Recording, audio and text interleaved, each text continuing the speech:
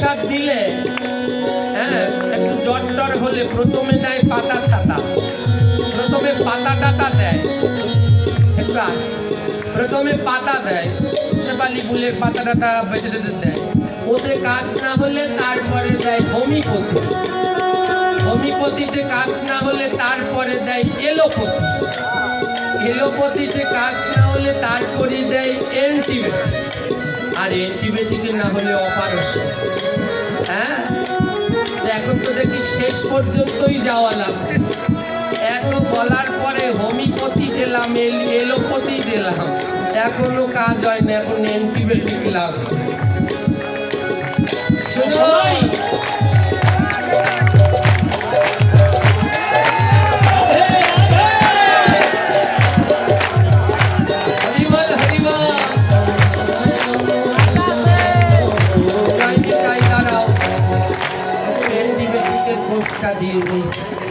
এই যে যারা দাঁড়িয়ে আছেন, আপনারা যদি আমাদের সনাতন ধর্মের হন, কেউ হাত এমন করে রাখবেন না, ওটা তো নামাজ পড়ার সময় রাখে। ও দাদা, তোমায় বলছি, হাত দুটোকে এমন করে কীর্তন করতে হবে, এমনও রাখা যাবে না, ওটা ওদের ধর্মে লাগে। আমাদের ধর্মে করতালি দিতে হবে। শুনুন, আমরা নিত্যানন্দের সৈনিক। আমার নিতাই যাদের শিখিয়েছে, কেউ যদি কৃষ্ণর নাম না করে তাহলে গিয়ে তার পা ধরে বসে থাকো, যতক্ষণ নাম না করবে ওর পা ছাড়াছাড়ি। আমি সেই নিতাইয়ের সৈনিক, আমরা সেই নিতাইয়ের সৈনিক। একজনারও যদি আমার চোখে বাজে, কি ভাবছেন ওই কোনাকানিতে অন্ধকারে দেখবো না? হ্যাঁ, মনে করছে কি এই যারা ভগবানের প্রসাদ খায় এরা তো আর জীবনে গুড়া মাছ খায় নাই, চোখে কম দেখে। ওরা বরিশালীরা গুড়া মাছ না খাইলে ওরা প্রসাদীরা কচুর শাক খেয়েছে। তোমরা গুড়া মাছ খাইয়া যা দেখবা না, আমার প্রভুর প্রিয় কচুর শাক খেয়ে বুড়া কালেও। হ্যাঁ, দেখনি কতদিন আগে সিয়ারাম বাবা 125 বছর বয়সেও চশমা লাগে না, রামায়ণ পড়ে। হ্যাঁ, তাহলে কি ভাবো? তো অন্ধকারে দেখো আছে সব কিন্তু দেখি, তাই কেউ দেবা না ফাঁকি, অন্ধকারে থাকলেও আমি দেখি। তাই সবাই মিলে প্রভুর নাম করো। এই রকম যেরকমের হাতের ডিজাইন আছে সব ডিজাইন ছাড়ো, সব ছেড়ে সবাই প্রভুর নামে একটু হাতটা জোর করো আর করতালি দিয়ে কীর্তন করো। নারায়ণ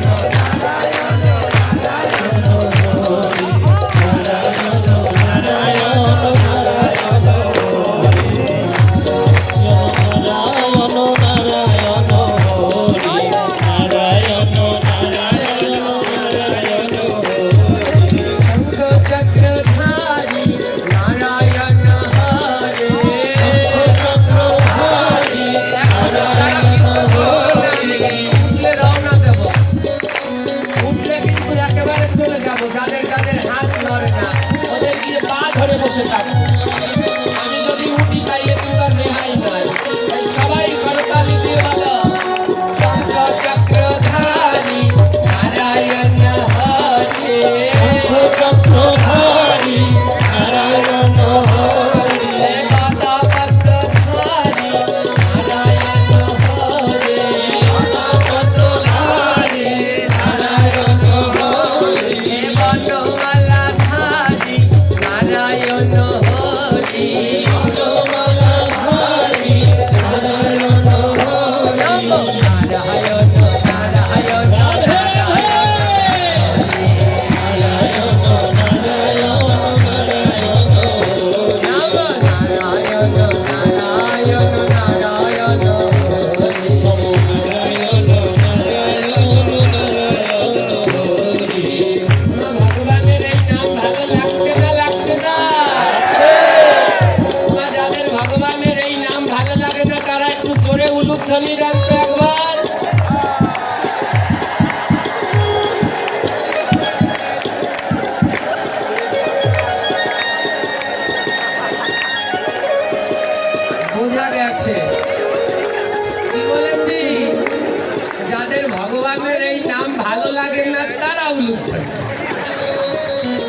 বোঝা গেছে আপনারা নামে ডুবেছেন।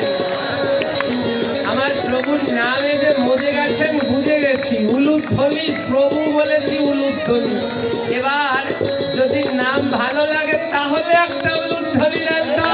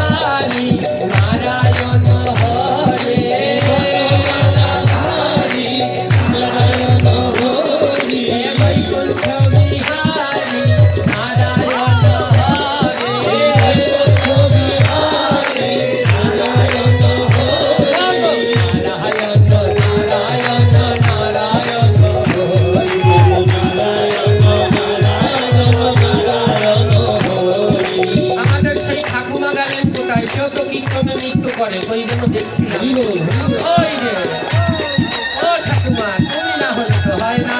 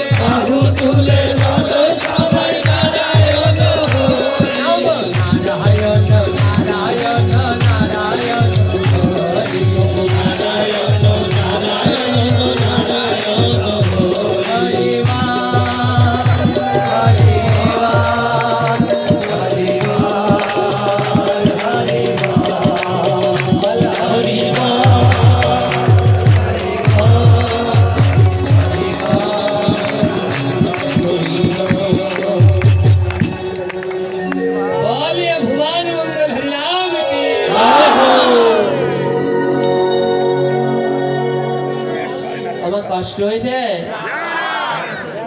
অনেক তো গালাগালি দেবে যাওয়ার সময়, দেন কি করবো। হ্যাঁ, কারণ আমার তো কাজ এটাই। হ্যাঁ, আমরা যারা পাঠ করি এদেরকে কি বলে মনে আছে? হ্যাঁ, পা ঠক, ঠক না ঠক। হ্যাঁ, বললে শুধু ঠকিও না, হ্যাঁ ঠক দিও না সবাইকে, নামের শেষে এমনিই ঠক। আর ঠকিও নিজেও নাম করতে হবে, অন্যকেও করতে হবে, কষ্ট পাবেন না। হ্যাঁ, আমরা তো 5 মিনিট নাম করলাম, তাতেই আমাদের এই কষ্ট। হাই হুতাশ আর মনু আর শতরূপা 36,000 বছর ধরে ভগবানের নাম করেছিল। কত বছর ধরে? 36,000 বছর। চিন্তা করেন। অনেক যারা ওই জ্ঞানী গুণী আছেন তারা আবার বলবে কি আমাদের এ ধর্ম কাল্পনিক, 36,000 বছর কেউ বাঁচে। আরে বেটা, তুমি কি জানো সনাতন ধর্মের কি মাহাত্ম্য? সত্য যুগে মানুষের আয়ু ছিল 1 লক্ষ বছর। কত বছর? 1 লক্ষ বছর আয়ু হলে 36 বছর তপস্যা করতে থাকে। এই যে আমাদের ওই যারা নাস্তিক আছে না, যারা মানতে চায় না, এদের জন্য আমাদের এই অবস্থা। ভগবান কয় তোরা মানবি না তো শুধু একটা করে শূন্যবাদ দেবে, তাহলেই দেখবি তোদের অবস্থা কি হয়। সত্য যুগে মানুষের আয়ু ছিল 1 লক্ষ বছর। ভগবান কি করেছে জানেন? যখন ত্রেতা যুগ শুরু হয়েছে 1 লক্ষ থেকে একটা শূন্য কেটে দিয়েছে। 1 লক্ষ থেকে একটা শূন্য কাটলে কত হয়? ত্রেতা যুগের আয়ু হলো 10,000 বছর। তারপরে যেই দাপর আসলো না, ওই 10,000 থেকে আবার একটা শূন্য কেটে দিল। 10,000 থেকে আরেকটা শূন্য কাটলে কত হয়? দাপর যুগের আয়ু হলো 1000। দাপরের পরে তো কলি, যেই কলি আসলো 1000 থেকে একটা শূন্য কেটে দিল, কত হয়? কলি যুগের মানুষের আয়ু কত? বলে দেখ, একটা শূন্য বাদ দিচ্ছি, এইতেই এই 10, বেশি বাদ দিলে কি নাকি? 37,000 বছর তপস্যা করবার পর ভগবান দর্শন দেন। ভগবান নারায়ণ মনু শতরূপাকে দর্শন দিলেন না। আকাশ থেকে দৈববাণী করে ভগবান দৈববাণী করছেন আকাশ থেকে। মনু আর শতরূপাকে বলছেন, বলো কি বর চাও? হে মনু শতরূপা, তোমরা 36,000 বছর ধরে আমার তপস্যা করেছো, বলো তোমরা আমার কাছে কি বর চাও? মনু শতরূপা বললেন, মনু বললেন, হে প্রভু, আমি কেন তোমায় দেখতে পাচ্ছি না? তুমি অন্তরাল থেকে আমাকে বলছো কি বর চাও? আগে তো এটা বলো, যার কণ্ঠস্বর দেখতে, যার কণ্ঠস্বর এত সুন্দর, তাকে দর্শন করতে না জানি কত সুন্দর। হে সুন্দরের সুন্দর, শ্যাম সুন্দর, আমি বর তো নেব পরে, কৃপাপূর্বক তুমি আগে আমায় দর্শন দাও। ভগবান শঙ্খ চক্র গদা পদ্ম ধারণ করে মনুয়ার শতরূপাকে দর্শন প্রদান।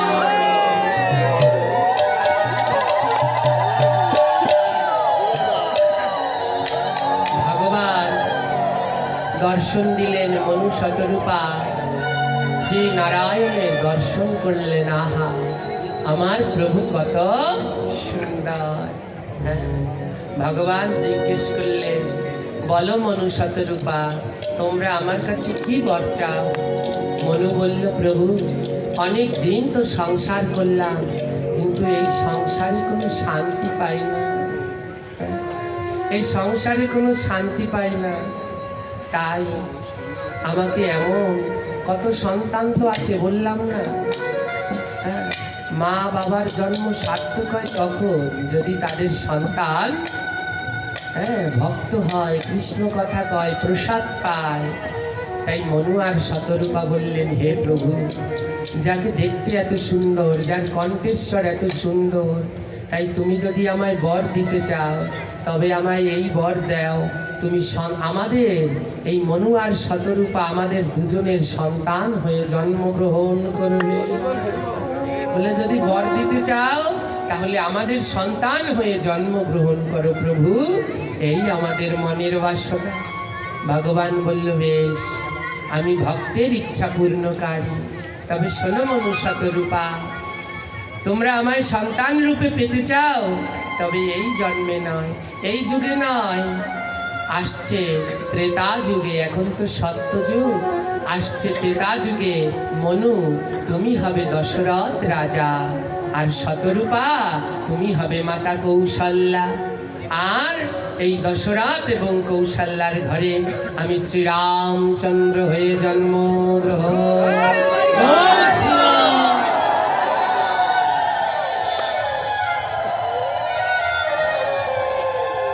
36,000 বছর তপস্যা করবার পরে তাও সত্য যুগে পেলেন না। কোন যুগে গিয়ে? ত্রেতা যুগে গিয়ে পেলেন প্রভু শ্রীরামচন্দ্রকে পুত্র রূপে। আমি মাঝে মাঝেই একটা কথা বলি, ভগবানকে পেতে গেলে ভক্তির থেকেও বেশি দরকার ধৈর্য। ধৈর্য, ধৈর্য দেখেছেন? 36,000 বছর ভগবানকে ডেকেছিলেন। 36,000 বছর, 36,000 বছর তপস্যা করেছে এক আসনে বসে। একটু নড়েওনি, চড়েও, জলও খায়নি, কিচ্ছু খায়নি, এক টানা 36,000 বছর। আর আমাদের অবস্থা দেখুন, 3 ঘন্টা ভাগবত শুনি, 3 ঘন্টা তো হয় না সব, মূলত 3 ঘন্টা ভাগবত শুনি, তার মধ্যে যে কত স্টাইলে আমরা মোড়ামুড়ি করি, এইখানে বসলে দেখা যায়, এই জায়গাটায় বসলে দেখা যায় কত স্টাইলের নড়াচড়া করি আমরা। তাহলে কতটা ধৈর্যের দরকার ভগবানকে লাভ করবার জন্যে। হ্যাঁ, এই মনু এবং শতরূপা এরাই হলেন ত্রেতা যুগে রাজা দশরথ আর মা কৌশল্যা। তাদের গর্ভে, হ্যাঁ, মা কৌশল্যার গর্ভেই আসলেন প্রভু শ্রী রাম। এই রামচন্দ্র হলেন সাক্ষাৎ নারায়ণ, আর লক্ষণ হলেন প্রভু নারায়ণ যে সাপের উপরে শুয়ে থাকেন সেই অনন্ত নাক হলেন লক্ষণ। আর ভরত আর শত্রুঘ্ন, ভরত হলেন ভগবানের সুদর্শন চক্র, আর শত্রুঘ্ন হল কৈমুদুকি গদা। ভগবান তার সমস্ত কিছু নিয়েই, আর মা লক্ষ্মী হলেন সাক্ষাৎ মা সীতা দেবী। হ্যাঁ, সাক্ষাৎ শঙ্খ চক্রকে আর গদাকেও বাদ রাখেনি, চক্র হলেন ভরত, তাই সবসময় রামকে রক্ষা করে রাখেন। আর ভরতের শক্তি হলো সেই গদা, কৈমুদুকি গদা মানে শত্রুঘ্ন। এই হলেন প্রভু শ্রী রামচন্দ্র। বলিয়ে ভগবান শ্রী রামচন্দ্র জয় হো।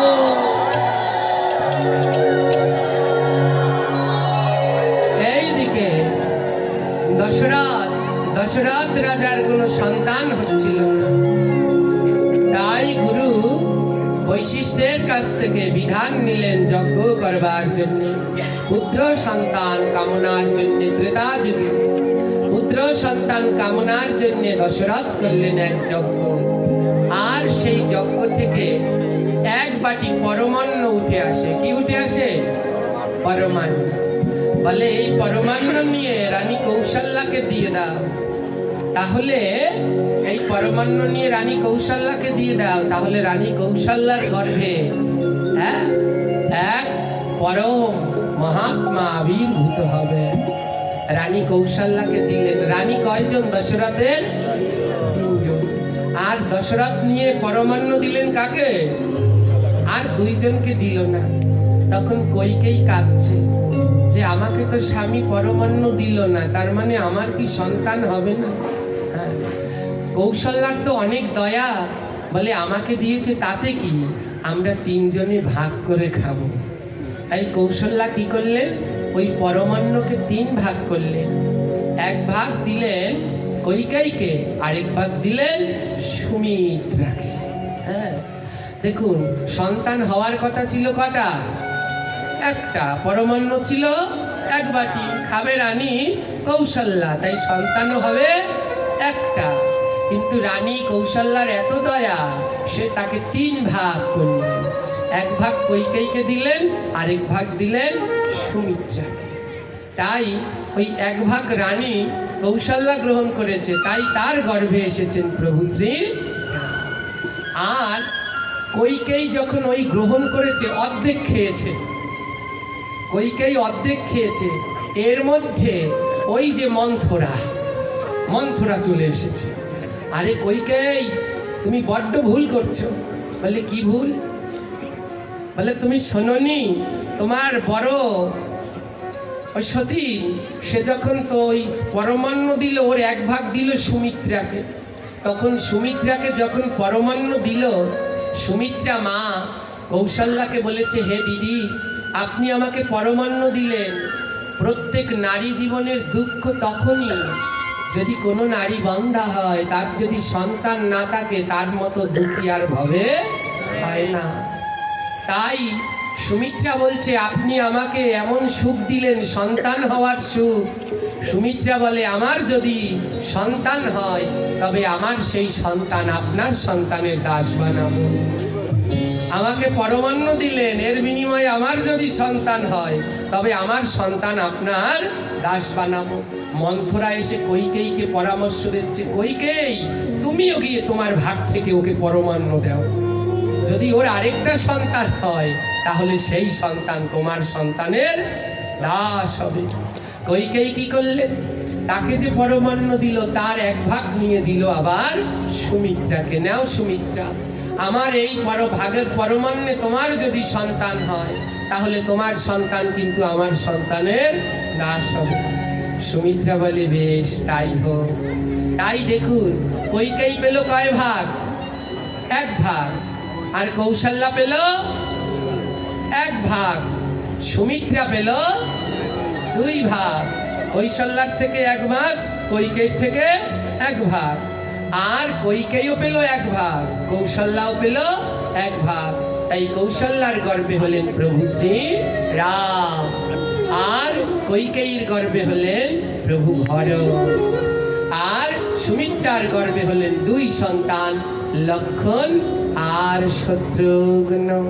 শুভ চৈত্র মাসে শুভ দিন আসে, শুভ চৈত্র মাসে শুভ চৈত্র মাসে শুভ দিন আসে, শুভ চৈত্র মাসে শুভ দিন আসে, শুভ চৈত্র মাসে শুভ দিন আসে, শুভ চৈত্র মাসে শুভ দিন আসে, শুভ নক্ষত্র যোগে রে, আহা শুভ নক্ষত্র, আহা শুভ নক্ষত্র যোগে রে, শুভ নক্ষত্র যোগে, আহা শুভ নক্ষত্র যোগে রে, আহা শুভ নক্ষত্র যোগে, জনমিলা প্রভু নারায়ণ, জনমিলা প্রভু নারায়ণ, লয়া তাহার সপার স্বর্গ, লইয়া তাহার সপার স্বর্গ, আজি লয়া তাহার সপার স্বর্গ, লইয়া তাহার সপার স্বর্গ, শুভ নবমী তিথি আজি ধন্যভূমি, ভূমি আজি ধন্য ভূমি, আজি শুভ নবমী তিথি ধন্য হল ভূমি। শুভ নবমী তিথি ধন্য হল ভূমি, মা, রামচন্দ্র জন্মগ্রহণ করল নবমীতে। কোথায়? কোন তিথিতে রামচন্দ্র জন্মগ্রহণ করলেন? দেখুন কৃষ্ণ আর রামের মধ্যে পার্থক্য দেখুন। রামচন্দ্র জন্মিল নবমী আর কৃষ্ণ জন্মাল। রামচন্দ্র জন্মগ্রহণ করেছেন দুপুর 12:01। এই রামচন্দ্রকে অভিষেক করাতে হবে। এই যারা ব্রত পালন করবেন অভিষেক করাবেন দুপুর 12:01। আর ভগবান কৃষ্ণকে অভিষেক করায় জন্মাষ্টমীতে কখন? রাত্র 12:01।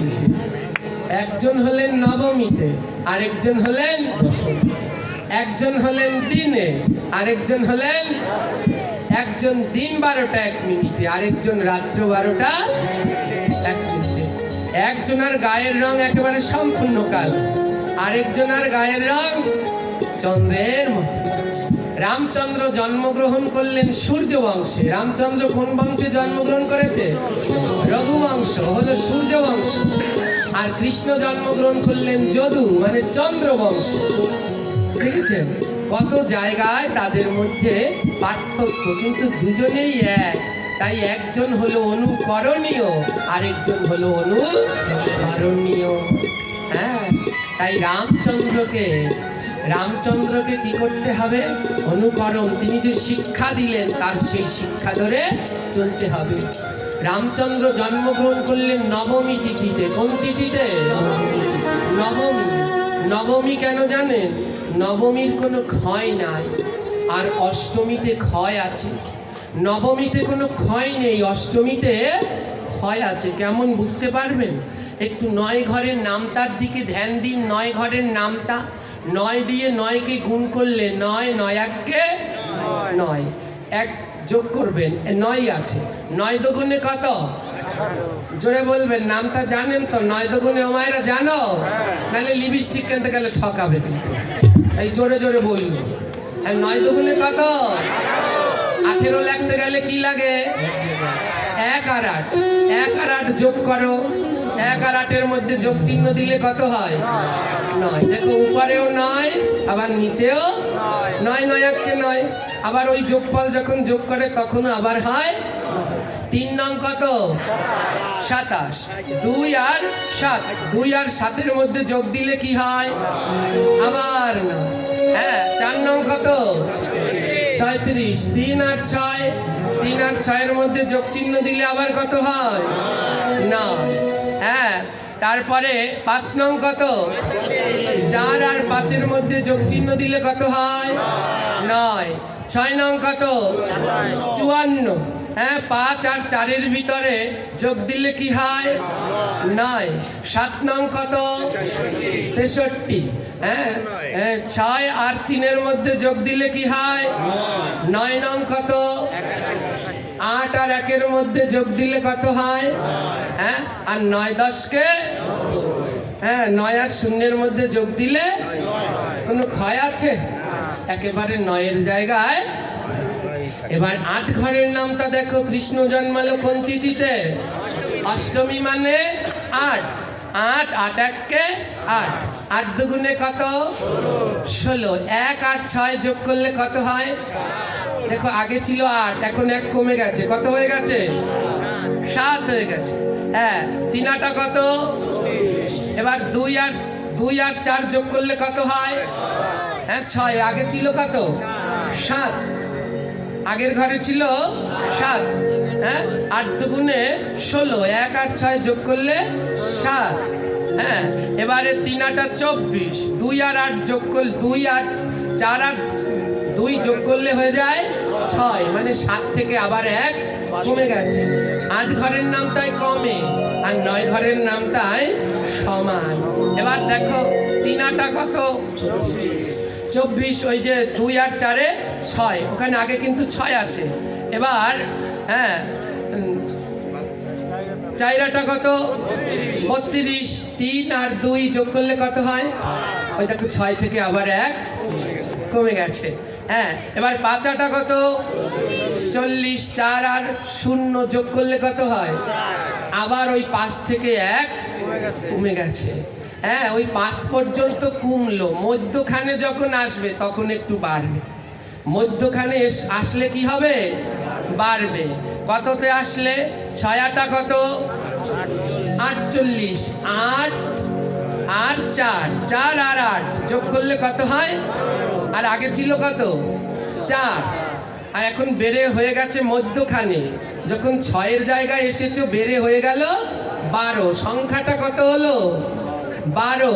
ওই যোগ করলে পরে হ্যাঁ 8 আর 4-কে যোগ করলে কত হয়? 12 হয়ে গেছে। 12 মানে একটা হলো সংখ্যা 12, আবার 12 মানে বড় হও। এখানে এক বিশাল তত্ত্ব লুকিয়ে আছে। দেখুন এর পরের লাইনটা দেখুন। 7 8 কত? 56। 5 আর 6 যোগ করলে কত হয়? ওই দেখুন আবার কমে গেছে 12 থেকে 1। হ্যাঁ, আবার 7 8 কত? 7 8 56, 8 8 64। 6 আর 4 যোগ করলে কত হয়? দেখুন 11 থেকে আবার 1 কমে গেছে। আবার 8 নং কত? হ্যাঁ, তাই 7 আর 2 যোগ করলে কত হয়? আবার 10 থেকে 1 কমে গেছে। আবার 8 10-কে 8 আর 0 যোগ করলে কত হয়? আবার 9 থেকে 1 কমে গেছে। আবার মাথায় মাথায় সমান হয়ে গেছে। ওই 1-এও 8, আবার 10-এ এসেও 8, মধ্যখানে এসে বেড়ে গেল। 12-তে এসে বাড়লো, ওই 6-এ এসে বাড়লো। কোন জায়গাটা এসে বেড়েছে? 8 ঘরের নামটার কোন জায়গায় এসে সংখ্যা বেড়ে গেছে? 6-এর জায়গায় এসে মাঝখানে এসে বেড়েছে, আর বাকি সব জায়গায় কমেছে। বলতে পারেন কেন? আর 9 ঘরের নামটা এক জায়গায়ও কমে নাই, সব জায়গায় সমান আছে। কেন জানেন? 8 ঘরের নামটায় 6 জায়গায় এসে বাড়লো কেন? আমাদের এই দেহের মধ্যে 6টা চক্র আছে। প্রথম চক্র হলো মূলাধার, দ্বিতীয় হলো স্বাধিষ্ঠান, তৃতীয় মণিপুরী, তারপরে অনাহত, তারপরে বিশুদ্ধ, আর এইখানে আছে আজ্ঞা। 6 নম্বরে আছে কি? আজ্ঞা। তাই আজ্ঞা চক্র যেই দিনকে তার এইখানের আজ্ঞা চক্রটা খুলে যায়, সেই দিনকে তার ভক্তি বেড়ে যায়। তাই 6 নম্বরে এসে কি হয়েছে? কি বেড়েছে? সংখ্যাটার নাম কি? জোরে বলুন। 12 12 12 12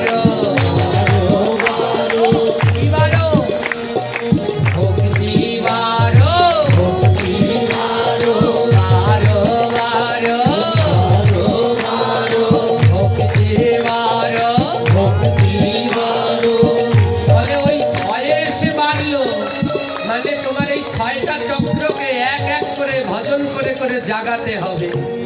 যেই দিন এই আজ্ঞাচক্রটা খুলে যাবে সেই দিন ভক্তি তোমার বাড়তে থাকবে। যদি বাড়াতে পারেন তাহলে শুধু 12 আর যদি বাড়াতে না পারেন 12 থেকে আবার এক এক করে কমে আবার 8-এ চলে আসবে। 8 কেন জানেন? 84 লক্ষ জনি 8 তার প্রথম জানি 84 লক্ষ জনি।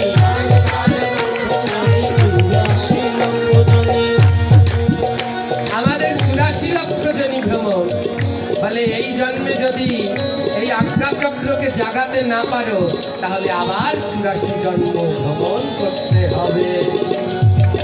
আর 9 ঘরের নাম তাই সব জায়গায় কি আছে? 9 9 9 9 9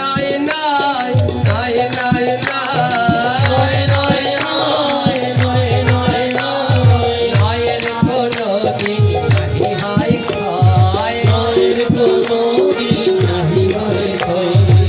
নয়ের কোনো ভয় নাই, তাই আমাদের সব জায়গায় নয় আছে। বলে কোন কোন জায়গায় নয়? দেহের চিত্র নয়, বাঁশির চিত্র নয়। দেহের চিত্র নয়, বাঁশির চিত্র নয়।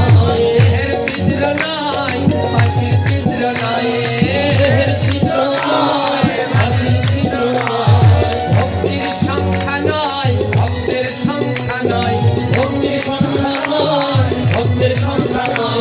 বাবা, এই দেহের মধ্যে চিত্র আছে কয়টা? ভগবান কৃষ্ণের বাঁশিতে চিত্র কয়টা? ভক্তির সংখ্যা কয়টা? নববিধা ভক্তি, শ্রবণ কীর্তন নববিধা ভক্তি। তাই নয়ের কোনো দিক ভয় নাই।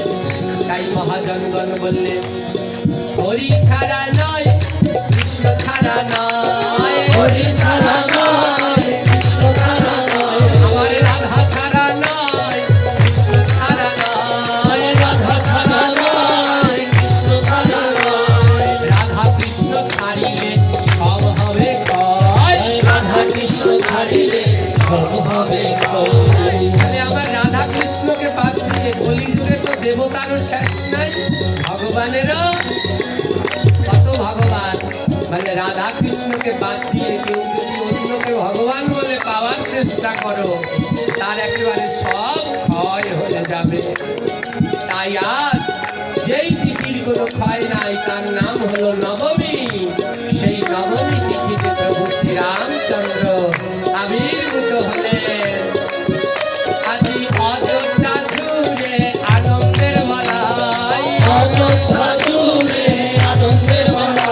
বলে আনন্দের আজ কোনো নাই সীমানাই। অযোধ্যা জুড়ে আজ আনন্দ লেগেছে। তাই যখন শ্রীরামচন্দ্র জন্মগ্রহণ করেছে কি হয়েছে জানেন? অযোধ্যার নর নারী উলুধ্বনি করে, অযোধ্যার নর নারী উলুধ্বনি করে।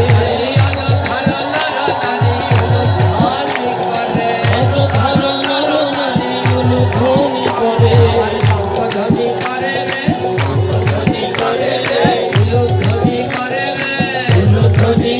রে।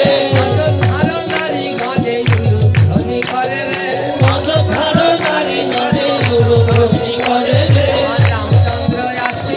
আর রামচন্দ্র আসিল, জয়ধ্বনি দাও গো রামচন্দ্র আসিল, উলুধ্বনি দাও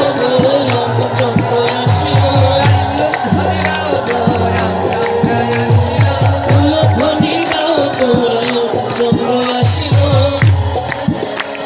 আজ প্রভু শ্রীরামচন্দ্র অযোধ্যায় মা কৌশল্যার কোল আলো করে জন্মগ্রহণ করলেন। আর মা কৈকেয়ীর কোল আলো করে জন্মগ্রহণ করলেন ভরত। আর মা সুমিত্রার কোল আলো করে জন্মগ্রহণ করলেন 2 জন, ভরত আর শত্রুঘ্ন। বুঝতে পারলেন ভরত আর শত্রুঘ্ন কেন হলো? একজন মা কৌশল্যার থেকে পেল, আরেকজন মা কৈকেয়ীর কাছ থেকে। এই দিকে 4 ভাই জন্মগ্রহণ করে কিছুতেই কান্না থামছে। একটু আসতে। চার ভাই জন্মগ্রহণ করে কিছুতেই কান্না থামছে না। কুলগুরু বৈশিষ্ট্যকে ডাকা হলো। এরা এমন করে কাঁদছে কেন? বৈশিষ্ট্য দেখছে ওই রামকে কোলে নিয়ে বসে আছে মা কৌশল্যা, আর মধ্যখানে ভরতকে নিয়ে বসে আছে মা কৈকেয়ী, আর সবার শেষে সুমিত্রা, দুই সন্তান। কৈকেয়ী, সুমিত্রা বসে আছে কাকে নিয়ে? ভরত আর শত্রুঘ্নকে নিয়ে। তো গুরুদেব এসেছে, তিন মা বলছে দেখুন এদের কান্না কিছুতেই থামে না। গুরুদেব বলছে শোনো, একের পর তো দুই হয়, একের পর তো তিন হয় না। তো ভুলটা তো তোমরা এখানেই করেছো। বলে কি ভুল করেছি? বলে রামের পরে ভরতকে রেখেছো কেন? বলে রাম বড়, তারপরে ভরত। গুরুদেব বলল শোনো, রামের পরে ভরত হবে না, রামের পরে এনে লক্ষ্মণকে রাখো, আর ভরতের পাশে নিয়ে শত্রুঘ্নকে রাখো। যেই গুরুদেব রামের পাশে এনে লক্ষ্মণকে রাখলেন আর ভরতের পাশে এনে শত্রুঘ্নকে রাখলেন, সঙ্গে সঙ্গে চার ভাইয়ের কান্না থেমে গেল। এইদিকে রামচন্দ্রের এই আবির্ভাব সারা অযোধ্যায় ছড়িয়ে পড়লেন। হাজার হাজার ভক্তরা প্রভু রামকে দর্শন করতে রওনা দিয়েছেন। রামের সব থেকে প্রিয় ভক্ত হলেন ভোলানাথ দেবাদিদেব। বলতে পারেন মহাদেবের সাথে রামের কি সম্পর্ক? গুরু। মহাদেবের গুরুদেব হলো প্রভু শ্রী রামচন্দ্র। এমন যদি হয় শিষ্য গুরুর জন্মলীলা দর্শন করতে পারে, এমন যদি হয় তার সেই শিষ্যের আনন্দ আর ধরে? ভোলানাথ হলো এমন শিষ্য যে প্রভু শ্রী তার গুরুদেবের জন্মলীলা দর্শন করবে। ভগবানের তার জন্ম হয় না, লীলা করছে ভক্তদের আনন্দ দেওয়ার জন্য। তাই ভোলানাথের আজ আনন্দ ধরে না, তার গুরু শ্রী রামচন্দ্র জন্মলীলা করছেন। তাই আজ ভোলানাথ, সেই রামচন্দ্র জন্মগ্রহণ করেছে, হাজারো ভক্ত রামকে দর্শন করতে লাইন দিয়ে দাঁড়িয়েছে। কঠোর নিয়ম, অযোধ্যায় কঠোর নিয়ম, কোনো লাইন ভাঙা যাবে না। সব লাইন দিয়ে দাঁড়াতে হবে। যদি প্রভুকে দর্শন করতে চাও সবাই এক লাইন, ওই যে শেষে এসে আগে আসবা তা হবে না, সব এক লাইনে দাঁড়াতে হবে, কঠোর নিয়ম। কিন্তু কি কপাল জানেন, ভোলানাথ এসেছে সবার শেষে। কিন্তু ভোলানাথের ধৈর্য আর ধরে না। ভোলানাথের মনে হয় আমি এখনই গিয়ে প্রভু রামকে দর্শন করি, আমার আর ধৈর্য ধরছে না। তাই ভোলানাথের আগে দাঁড়িয়েছে কে? বিশাল লাইন। মনে মনে চিন্তা করুন মাগো, এই দিব্য লীলাগুলো মনে মনে চিন্তা করুন, দেখবেন সব দর্শন করা যাচ্ছে। একবার হৃদয় দিয়ে, শুধু কানে শ্রবণ নয়, হৃদয়ে দর্শন করুন। একবার চোখটা বন্ধ করুন তো, চলে যান অযোধ্যায়, সেখানে তাকিয়ে দেখুন আজ লাইন লেগেছে, আর লাইনের শেষে দাঁড়িয়েছে ভোলানাথ। আর ভোলানাথের আগে যিনি দাঁড়িয়েছেন তিনি হলেন মহাজ্ঞানী, নাম হলো তার কাকভূষণী। যিনি গরুরকে রাম কথা শুনিয়েছিলেন, কাক, এই কাকভূষণী হলেন মহাজ্ঞানী। ইনি দাঁড়িয়েছেন কার আগে? ইনি দাঁড়িয়েছেন কার আগে? ভোলানাথের আগে। কাকভূষণী কার আগে দাঁড়িয়েছে? ভোলানাথের আগে দাঁড়িয়েছে। কাকভূষণী, কাক তো চেনেন, প্রাণীদের ভিতরে সব থেকে জ্ঞানী বলা হয় কাকে? কাক। আমাদের সনাতন ধর্মে কাককে কোনো কিছু না দিলে কোনো কিছু পূর্ণ হয় না। সমস্ত কিছু করলে আগে কাককে নিমন্ত্রণ করতে হয়। তো কাকভূষণী সবার আগে গিয়ে দাঁড়িয়েছেন, ভোলানাথের আগে গিয়ে দাঁড়িয়েছেন কাকভূষণী। এবার কি হয়েছে জানেন তো?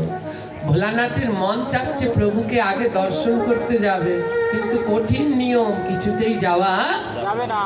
কাকভূষণী ভোলানাথকে বলছে, ভোলানাথকে দেখে তো চিনতে পেরেছে, কাকভূষণী তো মহা জ্ঞানী। ভোলানাথ এসেছে এক ব্রাহ্মণ সেজে। কাকভূষণী বলছে, শুনুন ব্রাহ্মণ, আমি বুঝতে পেরে গেছি আপনি কোনো সাধারণ ব্রাহ্মণ নন, আপনি হলেন সাক্ষাৎ ভোলানাথ। ভোলানাথ, আপনি ব্রাহ্মণ সেজে শ্রীরামকে দর্শন করতে এসেছেন। কাকভূষণী চিনে ফেললো ভোলানাথকে, ভোলানাথ বলে, ও কাকভূষণটি, তুমি যখন চিনেছো তাহলে আমার মনের কথাও তো জানো। এই হাজার হাজার মানুষের লাইন পড়েছে, এতক্ষণ আমার ধৈর্য ধরবে না, আমি আমার প্রভুকে আগে দেখতে চাই, একটা ব্যবস্থা করে দিতে পারো? কাকভূষণটি বলে, করতে পারি, কিন্তু আমাকেও সাথে নিতে হবে। আমাকেও যদি সাথে না, তাহলে প্রভুকে দর্শন করার ব্যবস্থা করে দেবো। বলে, বেশ তাই হোক, তাহলে ব্যবস্থা করো, বুদ্ধি বের করো। কাকভূষণটি বলে, তুমি একটা কাজ করো, তুমি জ্যোতিষ হও। ভোলানাথকে বলছে, তুমি জ্যোতিষের রূপ ধরো। ভোলানাথ সঙ্গে সঙ্গে ব্রাহ্মণের রূপ বাদ দিয়ে এখন ধরলো জ্যোতিষের রূপ। কাকভূষণটি বলছে, এরকম যুবক জ্যোতিষ হলে হবে না। বলে, কেন? বলে, বুড়া জ্যোতিষ হও। কারণ এ জগতে জ্যোতিষ, ভাগবত বক্তা, সাধু, এরা যত বয়স বাড়বে তত তাদের মান বাড়বে। সাধু, ভাগবত বক্তা, ব্রাহ্মণ, জ্যোতিষ, এদের যত বয়স বাড়বে তত এদের সম্মান বাড়বে। আর নায়ক, নায়িকা, সুন্দরী, এদের যত বয়স বাড়বে এদের মান তত কমবে। হ্যাঁ, তাই কাকভূষণটি তো জ্ঞানী, বলছে তুমি বুড়া জ্যোতিষী হও, তাহলে তোমার সম্মান আরো বেড়ে যায়। ভোলানাথ সঙ্গে সঙ্গে বুড়া জ্যোতিষী হয়ে গেলেন।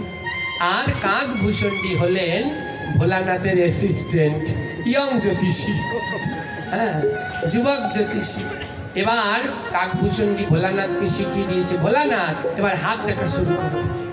হাত দেখে একেবারে সবাই ষষ্ঠীর খবরও বলে দেবা, এমন বলবা যেন তোমার সুনাম চারদিকে ছড়িয়ে যায়। আমার ভোলানাথ না জানে এমন কিছু আছে? ভোলানাথ কি করছে, সবার হাত দেখে যত ভূত ভবিষ্যৎ সব বলে দিচ্ছে, সব বলে দিচ্ছে, ভূত ভবিষ্যৎ সব কিছু বলে দিচ্ছে। আর এই কথা চলে গেল মা কৌশল্যার কাছে।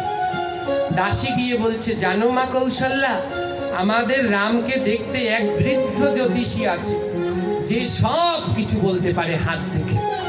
মা কৌশল্যা বলে, দাসী তাড়াতাড়ি গিয়ে ওই জ্যোতিষীকে নিয়ে আয়, আমার রামের হাতটা দেখাও।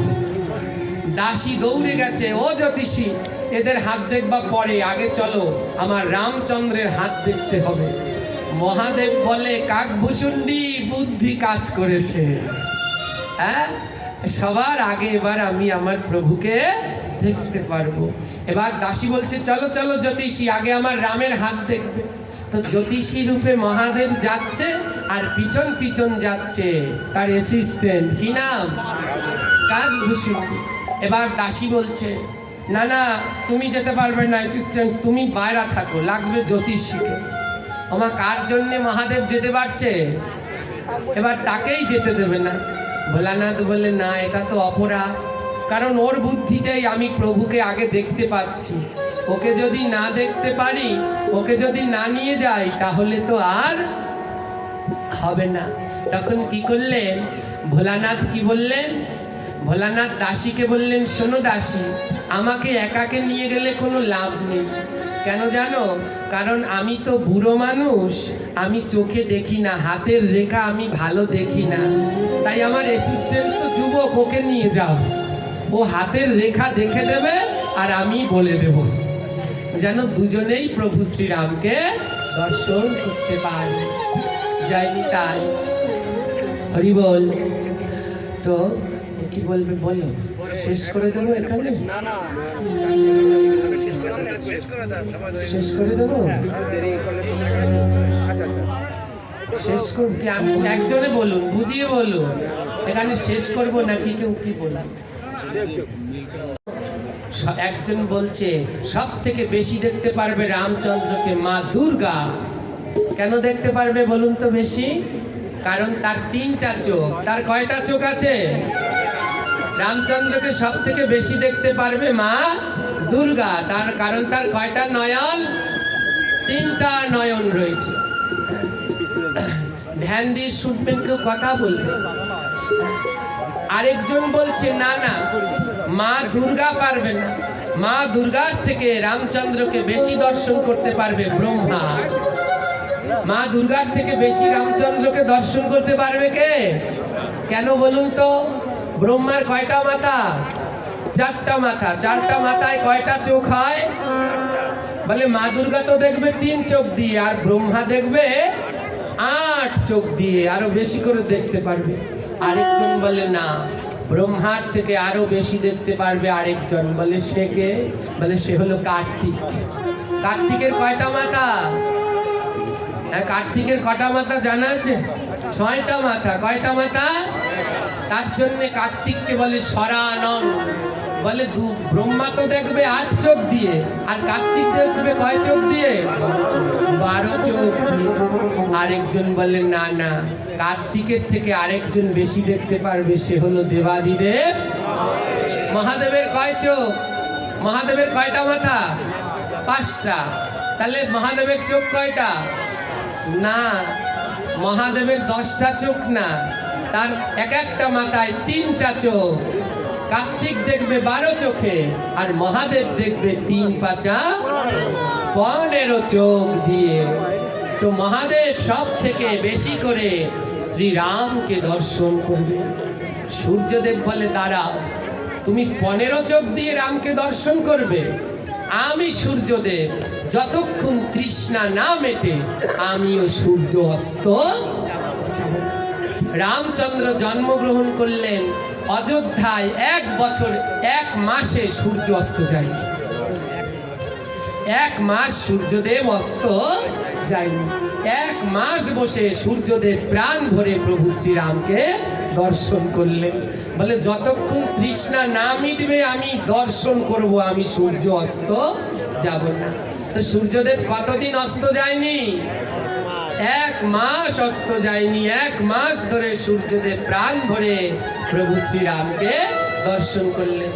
সমস্ত দেবতারই আনন্দ হলো, সবাই দর্শন করলো, কিন্তু দর্শন করতে পারেনি একজন। বলতে পারেন কে? সবাই দর্শন করতে পারলো, কিন্তু দর্শন করতে পারেননি একজন। তার বড় দুঃখ। বলতে পারেন সেই দেবতার নাম কি? হ্যাঁ, কেউ বলতে পারছেন না? সেই দেবতার নাম হলো চন্দ্র। কে দর্শন করতে পারেনি? কারণ সূর্য কত মাস অস্ত যায়নি। সূর্য যদি অস্ত না যায় চন্দ্র আসতে পারে? সূর্য অস্ত না গেলে চন্দ্র আসে?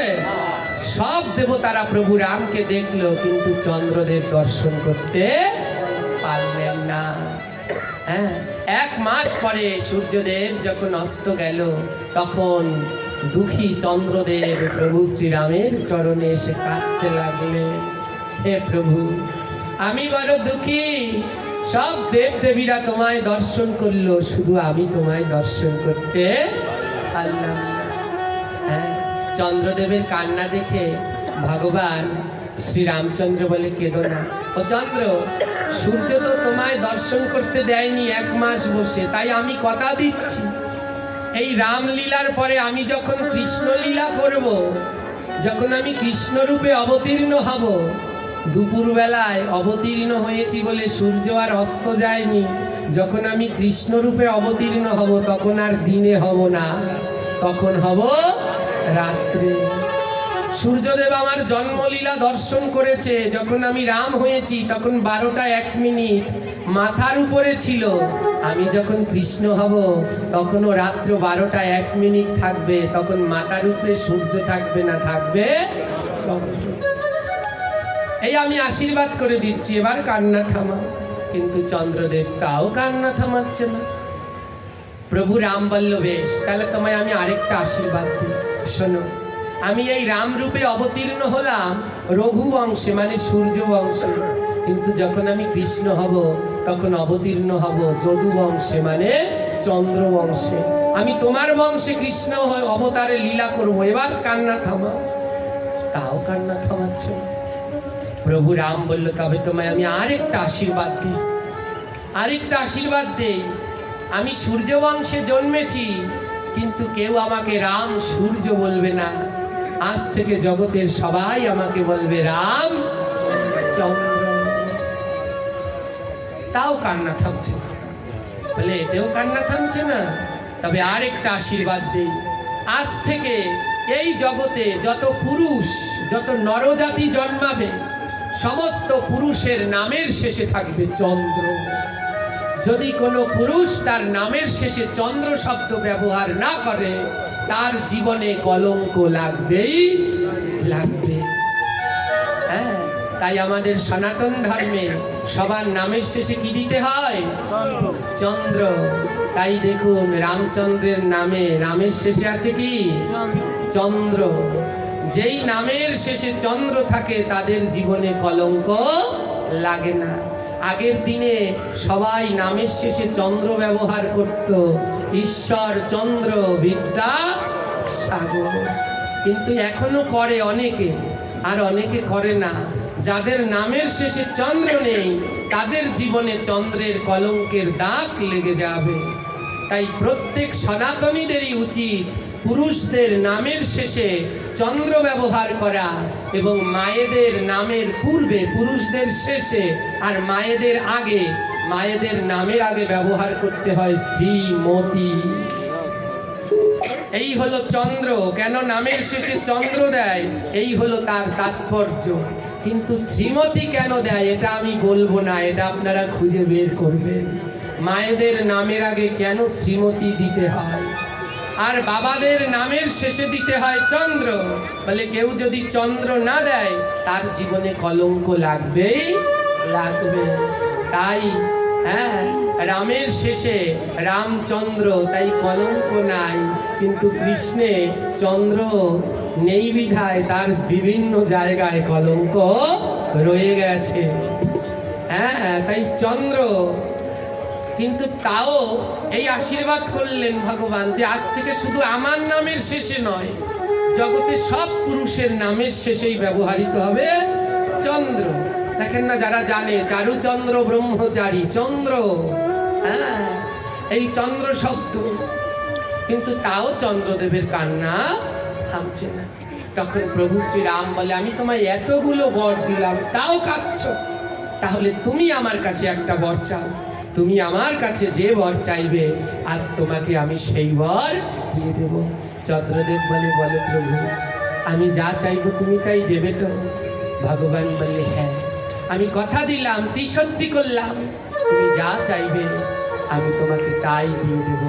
চন্দ্রদেব দুটি হাত জোর করে নয়নের জলে প্রভু শ্রীরামের চরণের পাশে বসে বলছে, আমায় চরণ তলে জায়গা দিও, চরণ তলে জায়গা দিও, চরণ তলে জায়গা দিও। বলে এই বাসনা আমার মনে, আমায় চরণ তলে তুমি জায়গা দিও। এই বাসনা আমার মনে, চরণ তলে জায়গা দিও। চরণ ছাড়া না গো, চরণ ছাড়া কোনো আমি চরণ আমার ভালোবাসি, চরণ ছাড়া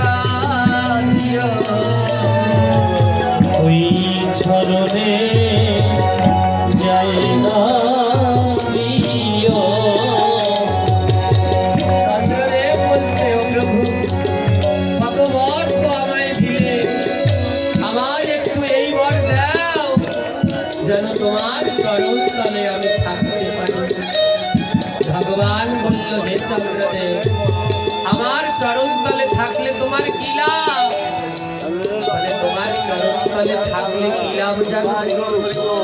যখন তোমার ভক্তরা তোমার মন্দিরে আসবে, তারা সবার আগে তোমার মন্দিরে এসে তোমার ওই চরণ দর্শন করবে। আর আমি যদি চরণ তলে থাকি, তবে ভক্তের বদন দর্শন করব। ভক্তের বদন দর্শন করব। বলে বদন যেন প্রীতের খোলে, ভক্তের বদন দর্শন করব। কি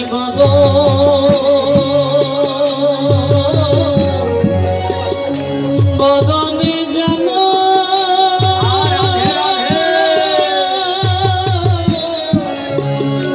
বদনে যেন আমি বদনে যেন দর্শন করি।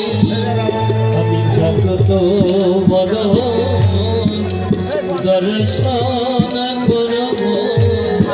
চন্দ্রদেব বলছেন, প্রভু তোমার চরণে যদি আমার জায়গা হয়, আমি ওই চরণে থেকে ভক্তের বদন দর্শন করব। কারণ আমার কৃষ্ণ ভক্তের বদন মনে হয় অমৃতের খনি।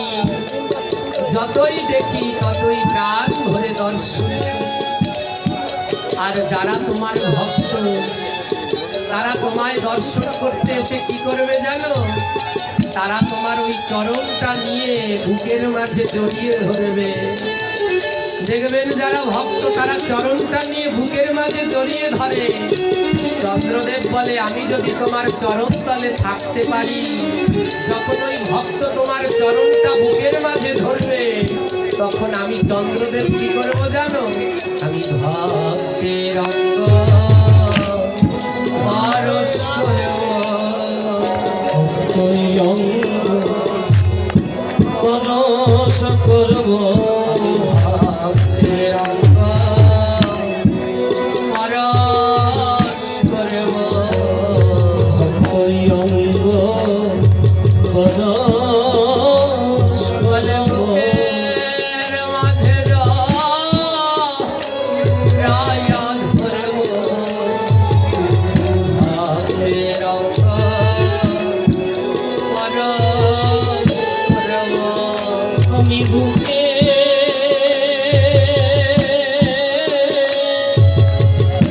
আমার এই বুকের মাঝে ধরব।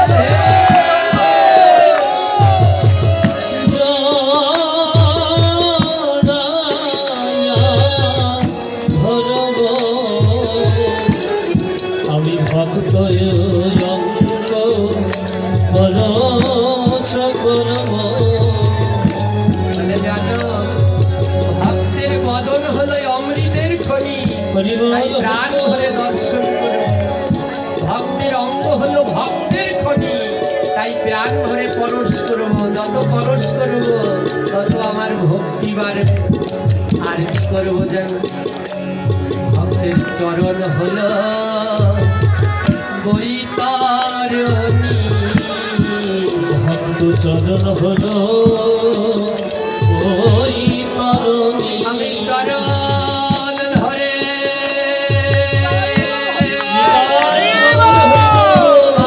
আর হব। চরণ হলো বৈতারণী। আমি চরণ ধরে আমার শেষের দিনে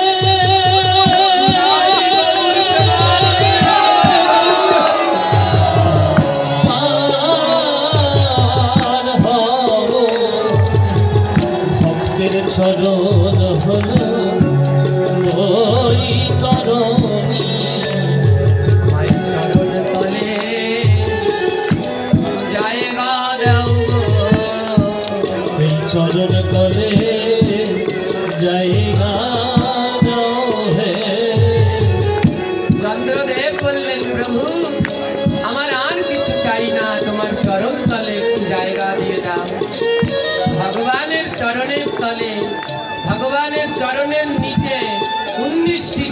আছে, তার ভিতরে প্রথম চিহ্ন হলো অর্ধচন্দ্র। প্রথম চিহ্নের নাম কি? সেই দিন ভগবান বলল, আমি তোমার উপরে বড় খুশি চন্দ্রদেব, তাই আজ থেকে আমার চরণে যে 19টি চিহ্ন, তার মধ্যে প্রথম চিহ্ন হবে এই অর্ধচন্দ্র। এইভাবে ভগবানের চরণের নিচে পৌঁছে গেলেন চন্দ্রদেব। আর আমরা কাল বিলম্ব করব না। এই রাম কথা অত্যন্ত মধুর, মনে হয় সারাদিন রাত ধরে প্রভুর এই কথা বলি। এ কথা সারা রাত বললেও আমার কষ্ট